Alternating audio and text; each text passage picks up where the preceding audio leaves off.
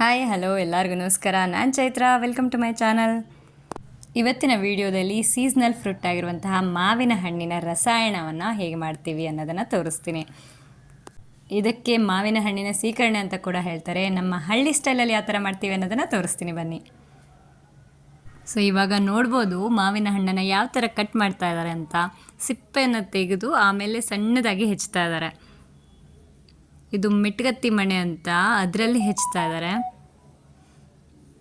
ನಾರ್ಮಲಾಗಿ ಸಿಟಿಲೆಲ್ಲ ನಾವು ಚಾಕುನ ಯೂಸ್ ಮಾಡೋದು ಜಾಸ್ತಿ ಅಲ್ವಾ, ಯಾಕೆಂತಂದರೆ ಈ ಥರ ಕಟ್ ಮಾಡೋಕ್ಕೆಲ್ಲ ಚಾಕುನ ಯೂಸ್ ಮಾಡ್ತೀವಿ. ಬಟ್ ನಮ್ಮ ಹಳ್ಳಿ ಕಡೆ ಎಲ್ಲ ಈ ಥರ ಮೆಟ್ಗತ್ತಿ ಮಣೆ ಅಂತ ಇರುತ್ತೆ, ತುಂಬ ಚೆನ್ನಾಗಾಗುತ್ತೆ. ಮತ್ತು ಸಣ್ಣದಾಗಿ ಕೂಡ ಹೆಚ್ಚಬೋದು ಇದರಲ್ಲಿ. ಸೊ ಈ ಥರ ಮಾಡ್ತಾರೆ ನೋಡಿ, ಇಲ್ಲಿ ಯಾವ ಥರ ಸಿಪ್ಪೆನ ತೆಗಿತಾ ಇದ್ದಾರೆ ಮತ್ತು ಯಾವ ಥರ ಕಟ್ ಮಾಡ್ತಾ ಇದ್ದಾರೆ ಅಂತ ನೋಡ್ಬೋದು.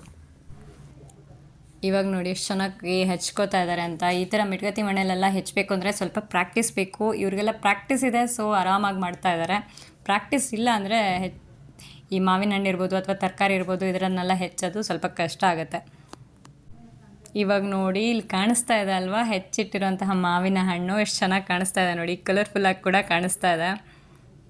ಇದಕ್ಕೆ ಒಂದು ಸ್ವಲ್ಪ ಕಾಯಿ ಹಾಲನ್ನು ಕೂಡ ಹಾಕ್ತಾರೆ. ಈ ಕಾಯಿ ಹಾಲನ್ನು ಮಾಡೋದು ತುಂಬಾ ಈಸಿ. ಕಾಯಿನ ತುರಿದು ಅದಕ್ಕೆ ಸ್ವಲ್ಪ ನೀರು ಹಾಕಿ ಮತ್ತು ಒಂದು 2 ಇಲ್ಲ 3 ಆಗುವಷ್ಟು ಯಾಲಕ್ಕಿಯನ್ನು ಹಾಕ್ತಾರೆ. ಅದನ್ನು ಹಾಕಿ ರುಬ್ಕೋತಾರೆ.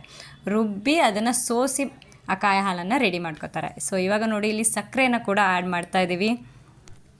ಇಷ್ಟು ಕ್ವಾಂಟಿಟಿಗೆ ಇಷ್ಟೇ ಸಕ್ಕರೆ ಹಾಕಬೇಕು ಆ ಥರ ಏನಿಲ್ಲ. ನಮಗೆ ಸ್ವೀಟ್ ಎಷ್ಟು ಬೇಕೋ ಅದಕ್ಕೆ ಅನುಸಾರವಾಗಿ ನಾವು ಸಕ್ಕರೆಯನ್ನು ಹಾಕ್ಕೋಬೇಕಾಗತ್ತೆ. ಮಾವಿನ ಹಣ್ಣು ಜಾಸ್ತಿ ಹುಳಿ ಇದ್ದರೆ ಸ್ವಲ್ಪ ಜಾಸ್ತಿ ಸಕ್ಕರೆ ಬೇಕಾಗುತ್ತೆ, ಕಡಿಮೆ ಇದ್ದರೆ ಸ್ವಲ್ಪ ಕಡಿಮೆನೇ ಸಾಕು. ಮತ್ತು ಅದ್ರ ಜೊತೆ ಇವಾಗ ಒಂದು ಸ್ವಲ್ಪ ಉಪ್ಪನ್ನು ಕೂಡ ಆ್ಯಡ್ ಮಾಡ್ತಾಯಿದ್ದೀವಿ, ಸೌಳಾಗಬಾರ್ದು ಅಂತ. ಇವಾಗ ನಾನು ಸಕ್ಕರೆ ಹಾಕ್ಕೊಂಡು ಈ ಪಾಯಸವನ್ನು ಮಾಡೋದನ್ನು ತೋರಿಸ್ತಾ ಇದ್ದೀನಿ. ಈ ಸಕ್ಕರೆ ಬದಲು ನೀವು ಬೆಲ್ಲನ ಕೂಡ ಹಾಕ್ಕೋಬೋದು, ತುಂಬಾ ಚೆನ್ನಾಗಿರುತ್ತೆ. ಮತ್ತು ಇವಾಗ ನೋಡಿ ಆವಾಗ ರುಬ್ಕೊಂಡಂಥ ಕಾಯಿ ಹಾಲನ್ನು ಸ್ವಲ್ಪ ಏರಿಸ್ತಾ ಇದ್ದಾರೆ. ಈ ಕಾಯಿ ಹಾಲನ್ನು ಹಾಕೋದ್ರಿಂದ ಟೇಸ್ಟ್ ತುಂಬಾ ಚೆನ್ನಾಗಿ ಬರುತ್ತೆ. ಈ ಪಾಯಸವನ್ನು ಮಾಡೋದು ತುಂಬಾ ಈಸಿ. ಇದಕ್ಕೆ ನಮ್ಮ ಕಡೆ ರಸಾಯನ ಅಂತ ಹೇಳ್ತಾರೆ, ಸೀಕರಣೆ ಅಂತ ಹೇಳ್ತಾರೆ, ಬೇರೆ ಬೇರೆ ಹೆಸರಿಂದ ಕರೀತಾರೆ ಇದನ್ನು, ಅದರಲ್ಲೂ ಮಾವಿನ ಹಣ್ಣಿನ ಪಾಯಸವನ್ನು. ಸೊ ನೋಡಿ ಎಷ್ಟು ಚೆನ್ನಾಗಿ ಕಾಣಿಸ್ತಾ ಇದೆ ಅಂತ.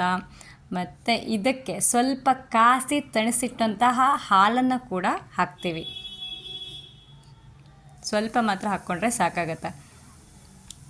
ಇದರಲ್ಲಿ ಜಾಸ್ತಿ ಕ್ವಾಂಟಿಟಿ ಇದೆ. ಸೊ ನೋಡಿ ರೆಡಿಯಾಗಿದೆ ಪಾಯಸ, ಎಷ್ಟು ಚೆನ್ನಾಗಿ ಕಾಣಿಸ್ತಾ ಇದೆ ಅಲ್ವಾ. ಸೊ ಸಬ್ಸ್ಕ್ರೈಬ್ ಮಾಡಿ ನನ್ನ ವೀಡಿಯೋನ. Thank you, bye.